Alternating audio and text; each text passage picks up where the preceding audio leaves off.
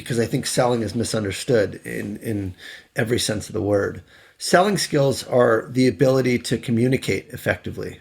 Selling skills are the ability to ask powerful questions that uncover a need or a goal or a challenge that you can address. Selling skills are the ability to convey the value of what you bring to the table and connect it to that need of your client.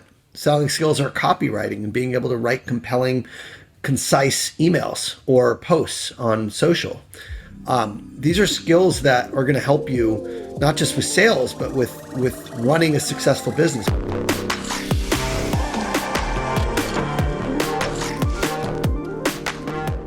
Hi everyone, welcome back to the Selling with Love podcast. Super excited about today's episode where I have Koniak, who's going to be teaching us about the differences when it comes to selling for yourself versus building your own business and seeing the role of sales that it will play within it. Now, this man's a sales coach, sales trainer, keynote speaker, content creator, and a YouTuber.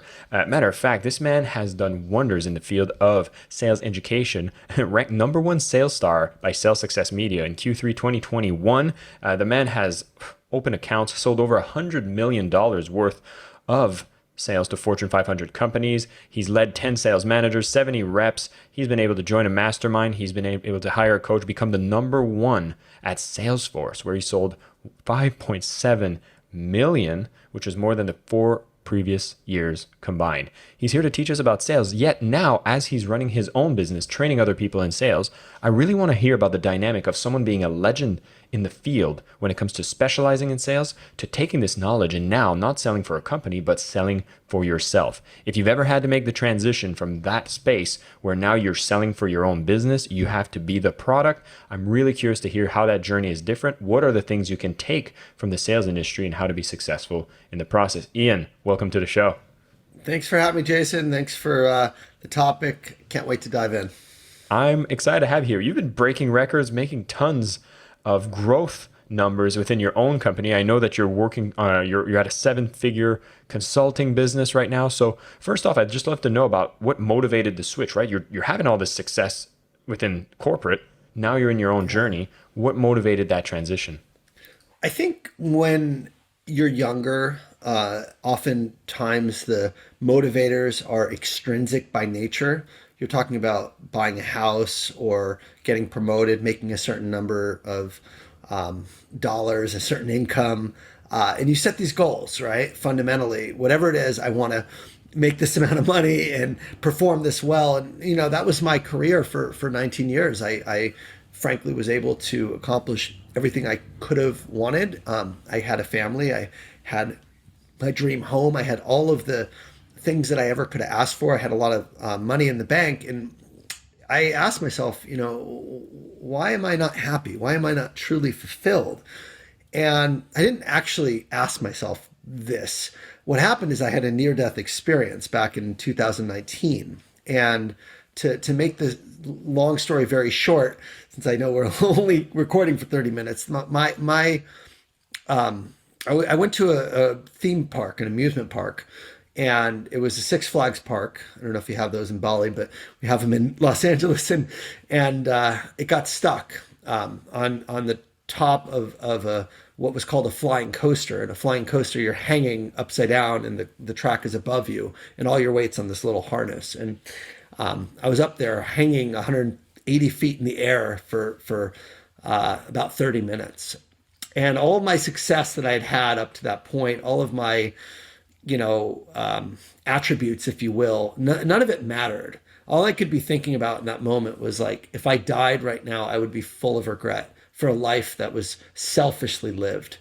And it was in that moment that I decided to pivot. And I prayed about it because I thought of my family. At the time I had one young boy, beautiful wife. And, I thought about my family. I thought about the world and what my purpose was in it. And the epiphany that I had, the catalyst was, if I died right now, I would have so many regrets for living a selfish life that was focused purely on money in pursuit of these extrinsic type of motivators. And I haven't given back to the world. I haven't actually contributed in a way that was meaningful. And that was really scary for me. And the roller coaster was hanging, and I'm thinking about this thing. And I basically started praying really hard. I thought I was going to die. I was hanging. There were people passing out. It was a horrific incident. You could see a video on YouTube, and I have pictures to prove it. But it was the scariest thing in my life. And during that moment, I had this kind of I'll call it a rebirth, where I started praying and I said, God, I promise I'm not going to wait anymore. Just get me off this coaster. I promise I'll do it right now. I'll start contributing. And I kid you not, that's when the coaster started going. Like when I made that promise, and I'm like, okay, I guess I can't deny it, right? Because I'm one of those seeing is believing kind of people where I need to see for myself, and my faith was always in question somewhat. And in that moment, it was no longer. It was like, okay, clearly, there is something greater to my life, and this was a sign, and I intend to keep my word to my higher power. So that's how it all started, and that kind of got me on a path of like, a side hustle where I was making videos and teaching sales within my company, just doing it for pure service. And then people gradually started approaching me and wanting me to help them above and beyond what I was doing, and were willing to pay for it. So one thing led to another, and soon it became this thriving side hustle, and eventually it actually surpassed my Salesforce income. And I'm like, I love doing this, and truly do feel like I'm making an impact in the best of ways, and I want to do it full time. And at that point, it was like more of a calling. So that's a very long way of saying, when you get to a certain point where you've been successful, money is no longer the motivator. It becomes, what's my purpose here? What do I want to do with this life? And I'm very much on that road right now. And it's been the best possible move I ever could have made.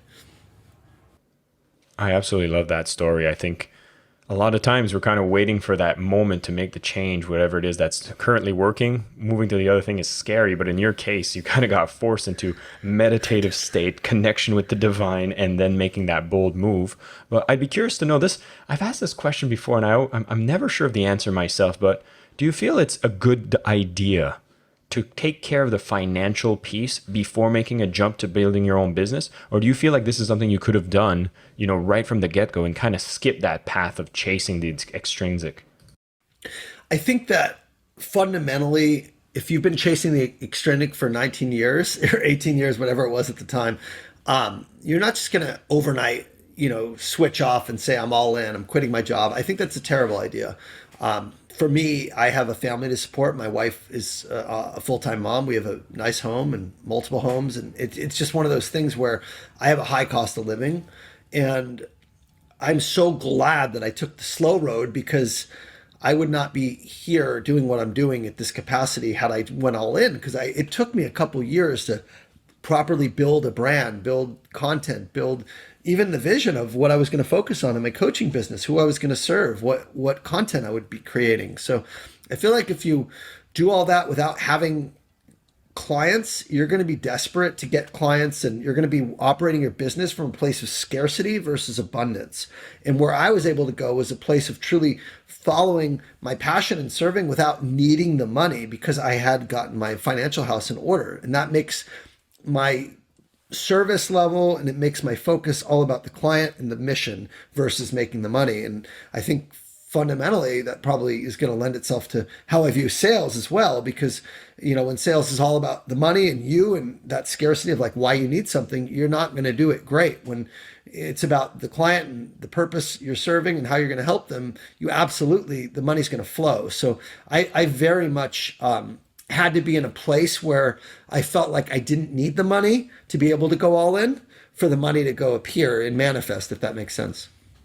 It makes total sense. And I was having a conversation with Walter McKay, who's also a sales trainer, and we were having a debate about like, can you be in a place of service? Can you sell from a place of integrity and love if you're coming from a place of being needy? And it sounds like you followed the right path, whereas like, hey, I have the abundance. Now I want to come from a place of serving. So guess what? I'm going to do this, parallel until a point that I can make that transition, yet still stay true to your values. So I 100% agree with you. I did a similar thing, which is I was working at Mind Valley, yet I had this interest in building my personal brand and doing the things that, align with what I truly love doing, which is teaching this material, doing the podcast, but being able to do it within an environment that also nurtured not only my skill in sales, but also the connections in the industry. So finding that work that aligned to where I was going as well seemed to make sense. And for you, being at Salesforce, being able to do sales in the, like you're in the trenches, learning what you're teaching, also had its own benefits. So bringing me to this key question, the fact that you had all this sales background, like how important do you feel is having great sales knowledge to somebody starting their business? I think that it is the foundation of running a successful business is selling skills. And so let's talk about what selling skills are, because I think selling is misunderstood in every sense of the word. Selling skills are the ability to communicate effectively. Selling skills are the ability to ask powerful questions that uncover a need or a goal or a challenge that you can address. Selling skills are the ability to convey the value of what you bring to the table and connect it to that need of your client. Selling skills are copywriting and being able to write compelling, concise emails or posts on social. These are skills that are going to help you not just with sales, but with running a successful business, with dealing with conflict when conflicts arise, with having difficult conversations when there's client issues, or when you're negotiating something that may not even have to do with sales, for example. I recently got hired as the dean for the enterprise sales school at Pavilion. And when I looked over their contract, it was basically handing over my IP for my course to them as part of teaching the program. And I said, absolutely not. So being able to navigate how to set up a contract where I kept my own IP and just was brought in as a basically contributing dean that was teaching versus giving them the content was something that required negotiation skills. So the selling skills that leadership skills, being able to quarterback an extended team and bring the right people at the right time to solve the right problems for your clients. These are skills that are business skills. If you think about fundamentally running a business, there's a lot of parallels between running a territory and sales, where you're responsible for finding the clients, creating the need, closing the deal, and oftentimes maintaining and renewing the clients and growing the accounts. So that's identical into what I've been doing now in my own business, selling coaching and training services and masterminds and all the different things that I'm now involved with. So I think if I didn't have those skills, I don't know what I would do, but I certainly wouldn't do the volume of revenue that I'm doing now, because I would need someone else to do sales for me, and that person might not convey as easily as the business owner the value of what I'm selling myself. That's the interesting thing. And as a business owner, you're selling yourself, especially a small business. It's not about your capabilities as a company, because oftentimes there might be a bigger player in town, and you might be highlighting what's unique and different that is not your scale, for example, of servicing a global customer. For me, I wouldn't compete with a company that could do trainings for globally for Salesforce, for example, because that would require all my time, right? And I can't do that. So I think fundamentally, when we're a business owner and you don't know how to sell, you could have the best product in the world, but without clients, you're going to be out of business.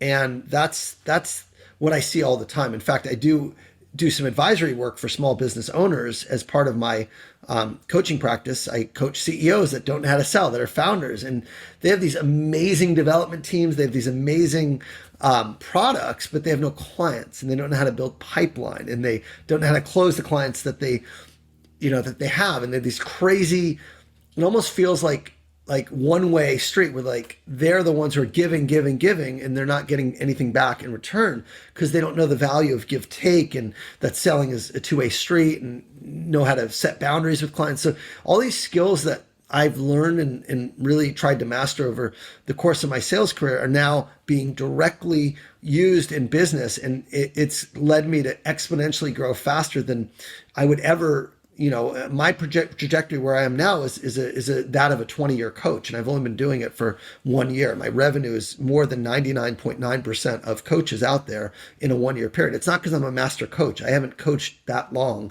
It's because I'm a master salesperson who's selling coaching. So there's a very big difference there. And I do still consider myself salesperson first because of the way I allocate my time and where I focus. It's all about customers, moving deals forward and finding pipe and creating pipe. And because that's been my focus versus like building the best product, for example, like that has driven the revenue. And now I can actually work on the product and hire people and continue to enhance it because I have the clients and, I don't need don't have that pressure of revenue, like having to keep the lights on, which so many people face when they have high operating expenses and low sales. You touched on something that I'd love to stress a bit more on, which is you didn't focus necessarily on the product. You focused on getting the clients. And then with the excess revenue that you're generating by getting the clients, you get to invest in the product and make it better than it could have ever been if you wouldn't have done the sales. And I think that's a key distinction for a lot of people that are very product focused, where they're like, I don't want to sell anything. I want my product to be the best, but they're bootstrapping it without putting it in front of clients. So they're kind of building their own internal idea of what is the best product for people they haven't served yet. And how important do you think it is, the fact that you're innovating your product based on the needs of the clients that you already have? It's amazing because I started first taking clients, I think maybe 2019, I took my first paid coaching client and it was just like this. I was a Zoom call. We set up a link. I think they Venmo'd me. I was charging an obscenely low amount at the time relative to what I do now, but it's like, I just want to start doing the work. I don't want to have to wait for perfect. And so I started in this very bootstrappy way. Then I was doing it while I was at Salesforce and I was only taking like 5 clients. Well, what ended up happening is the same questions arose over and over and over again. So every time I would coach something, I would say, I'm going to put this content in either a video or a deck or something that I can reteach later on. Okay, another question came up. I'm going to put this content into the product. So this has happened over a course of now. I started this, it was December 2018 is when I got stuck on the roller coaster. And then I start doing this kind of side hustle in 2019. So 19, 20, 21. So 3 years of essentially getting coaching experience before having a product. Well, I just launched my first product, my first online coaching platform. We did a $500,000 launch. Okay. So in that like 1 month launch period, I was able to take what I had gotten from building an audience for several years. And I'd been nurturing the audience for years with these videos and newsletters and frankly had no product to sell. So there's immense value in giving value away before asking to buy and establishing trust with the client. So that's kind of the first goal that, that's the first benefit that came from like taking on clients and starting coaching, because I could share these videos based on what clients were telling me. So what I learned, for example, I don't want to get too far away from the question, but the first value is you learn what the market wants. Okay.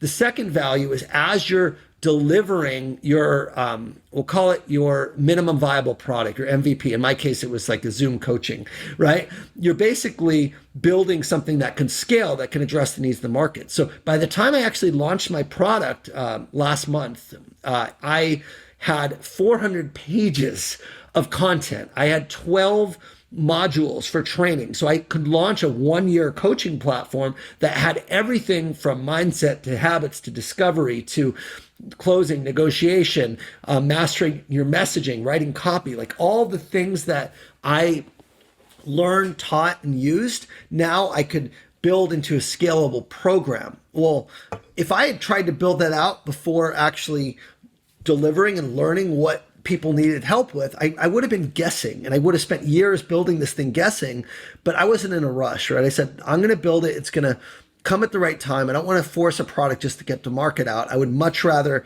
deliver what I can and be patient. So when I go build a product, I can get it right versus spending all this time, energy, and money on something that I really haven't tested. So by the time it got out, I tested it so much with so many people and the marketing that I had been doing. I knew what people wanted. I could write my email copy. I could write my sales page. I can write my website, all based on the problems that I knew people had.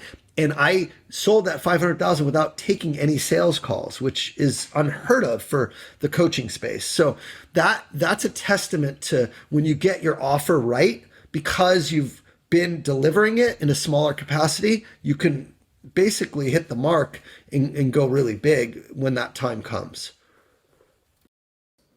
I absolutely love that story. I absolutely resonate with what you're saying when you're talking about, going out there, doing the minimum viable product, getting the feedback, not going with a bunch of hypotheses, but actually having tested strategies so that when you go big and you make that launch and you go do that offer, you know what you're doing and it's validated by the market. And I think we run on too many assumptions for too long.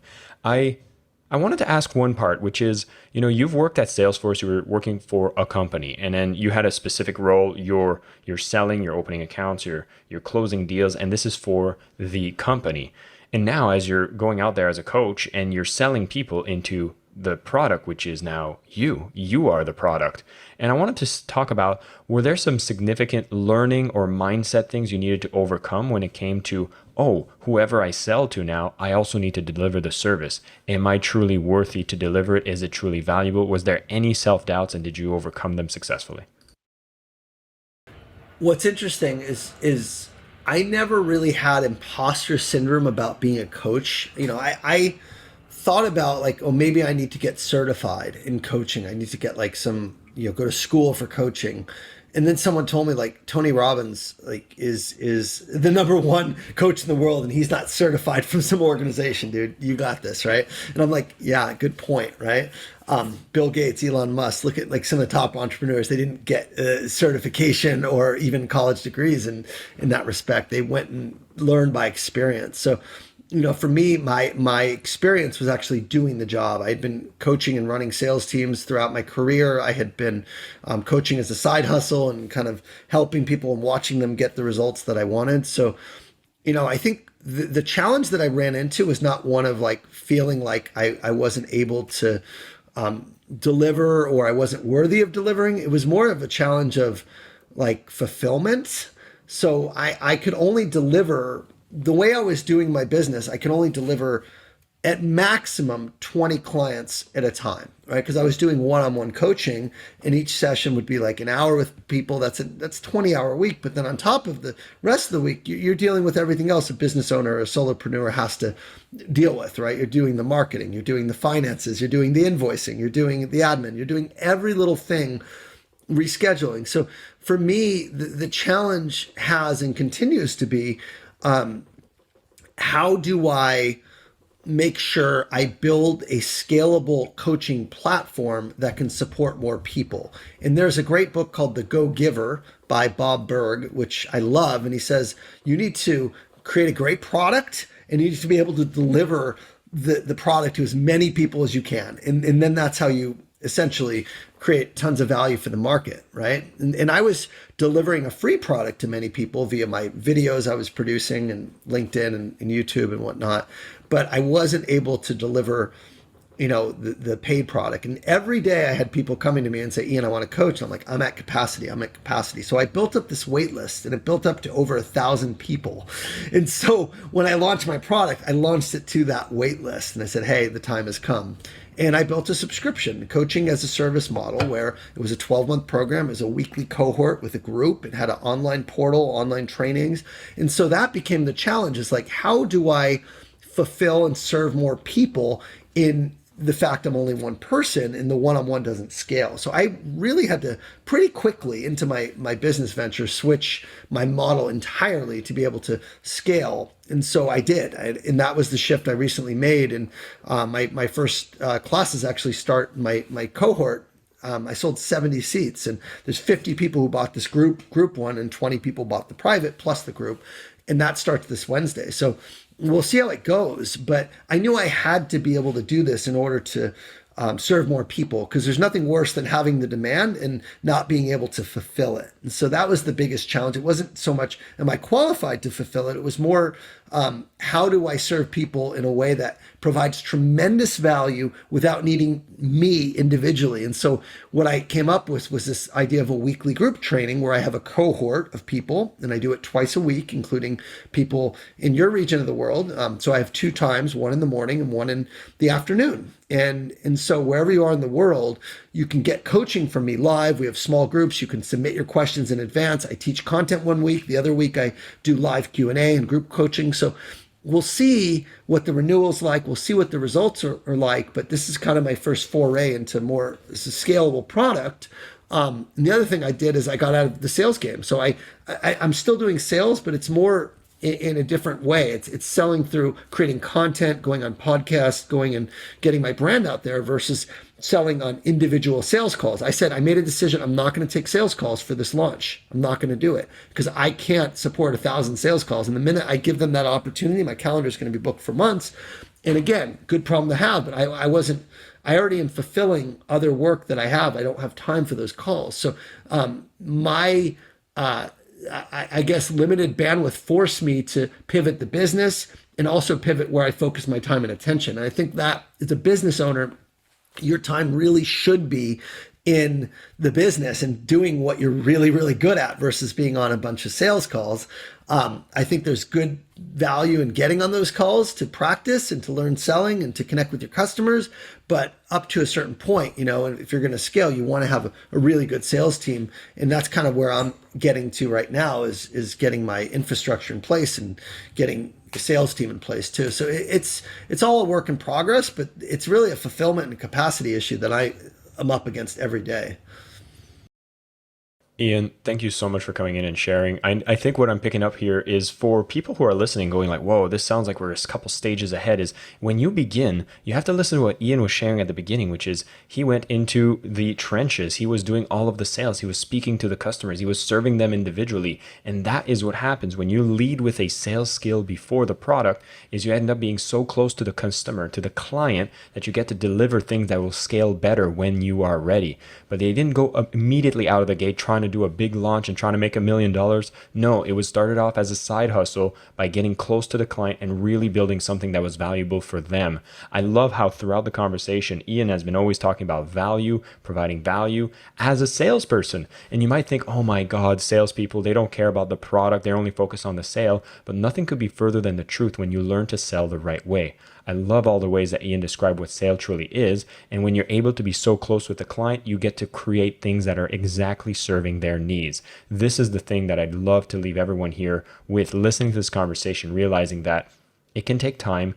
When you don't come from a place of being needy and desperate, you can build the right thing, you can stay with your integrity, you can make that impact, and when you are ready and you've leveled up because you've had the capacity being hit against the wall because you're serving people, you can level up, start to scale, and your next problem you'll be dealing with is how do you serve more in a more scalable place. So if you are finding yourself trying to just get your first clients, know that focusing on sales should be your number one thing. It's not the next coaching certification. It's how can you speak to people with problems and how can you be the person to solve them. I think this is a big ethos that I love to encourage everyone who sells with love. And for those who love the concepts of the program that Ian is speaking about, you want to learn sales, you want to have more success, we're going to put a link to Ian's program in the show notes. So make sure you check out that bonus section. There's a ton of content that he shares for free as well if you go deeper into this journey.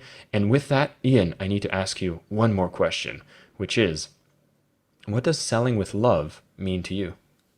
I'm glad you gave me the floor for one last question because I think you summed it up beautifully, and I wouldn't change a thing on what you wanted the audience to get from this podcast. For me, selling with love, the biggest shift I made to get to the top of the sales game fundamentally has nothing to do with selling skills. It has to do with intention and it has to do with heart. Okay.